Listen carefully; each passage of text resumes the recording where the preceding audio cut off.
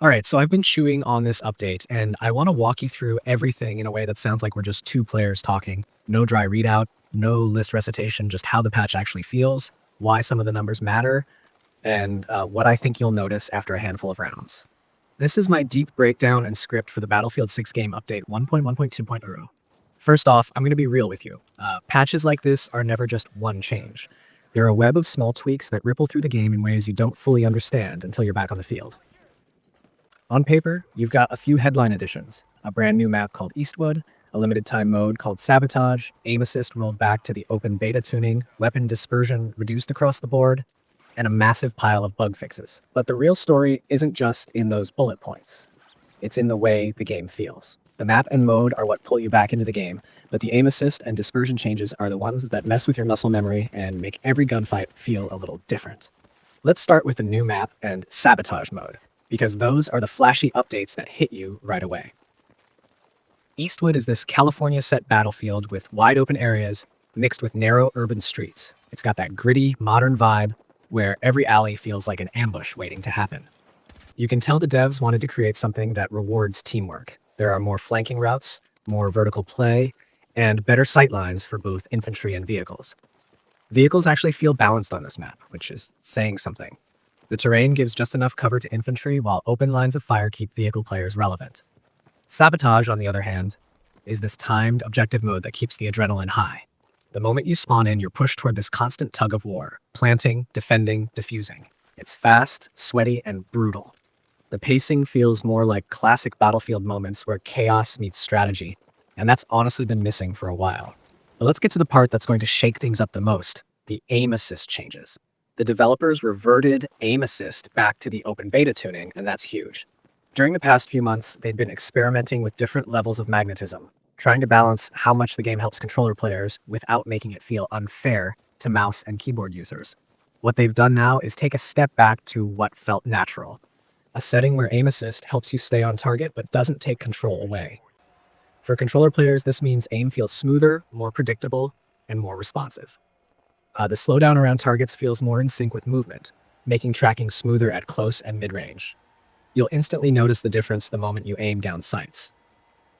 If you're using a controller, though, you'll probably need to tweak your sensitivity and dead zones a bit. The stickiness of aim assist has been increased slightly, and that can mess with your muscle memory if you've been using higher sensitivity. What's cool is that this revert actually makes firefights feel more skill-based again. Before, aim assist had these weird inconsistencies where it would stick too hard in multi-target fights, or not engage properly when tracking someone strafing fast. Now it feels closer to what it was meant to be, a smooth, predictable aiming experience that rewards precision instead of randomness. Now, weapon dispersion. This is where the gunfights really change.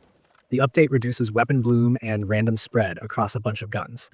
In practical terms, that means your bullets go well where you expect them to go more often. It rewards players who know how to control recoil instead of leaving outcomes up to RNG. If you're someone who likes to spray and pray, you might feel a bit off at first because your bullets won't randomly connect the way they used to. But for players who burst fire or tap fire, this change feels incredible. Every hit feels earned, and every miss feels like your mistake, not the game's. This is also going to shift the weapon meta in a pretty big way.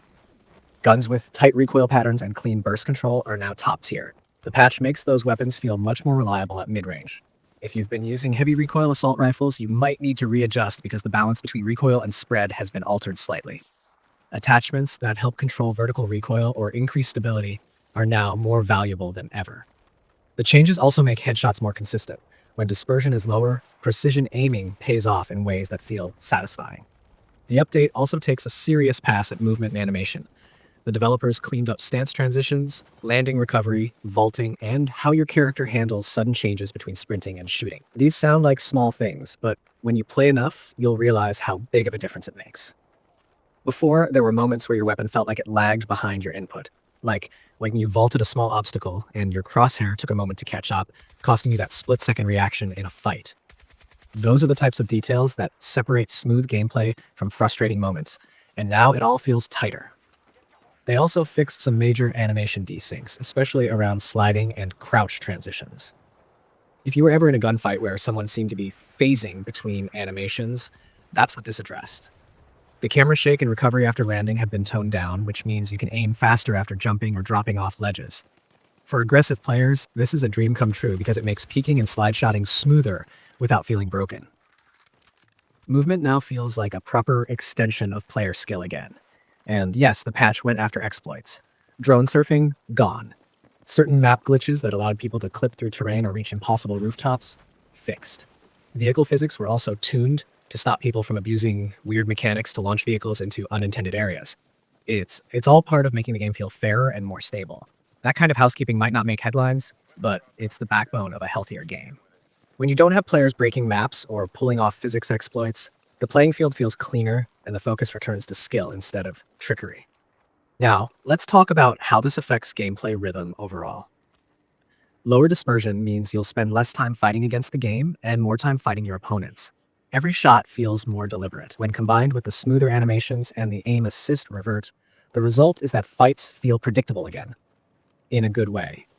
You can trust your crosshair, you can trust your timing, you can play aggressively without feeling like the engine is working against you. Loadouts are going to evolve too. Expect to see more players running with weapons that have a solid balance between fire rate and recoil. Marksman rifles and controlled burst ARs are going to rise in popularity again because their consistency finally means something. Attachments like compensators, angled grips, and barrel stabilizers will be meta for anyone who wants to maximize precision. Meanwhile, the close-range monsters will still dominate CQC, but now their range limitations feel more pronounced because other guns can finally compete at medium range with accuracy rather than luck. Vehicles also got some adjustments. While most of those are bug fixes and tuning changes, you'll feel the difference in how certain turrets handle recoil and how countermeasures react. Some spawn and destruction logic was cleaned up too, which reduces those frustrating moments where you'd spawn into a vehicle just to be immediately obliterated. That's part of the stability improvements that the patch delivered across modes. And man, let's not overlook the bug fixes and polish work. There were tons of small things cleaned up: UI flickers, scope alignment issues, weird sound layering bugs, and even gadget inconsistencies.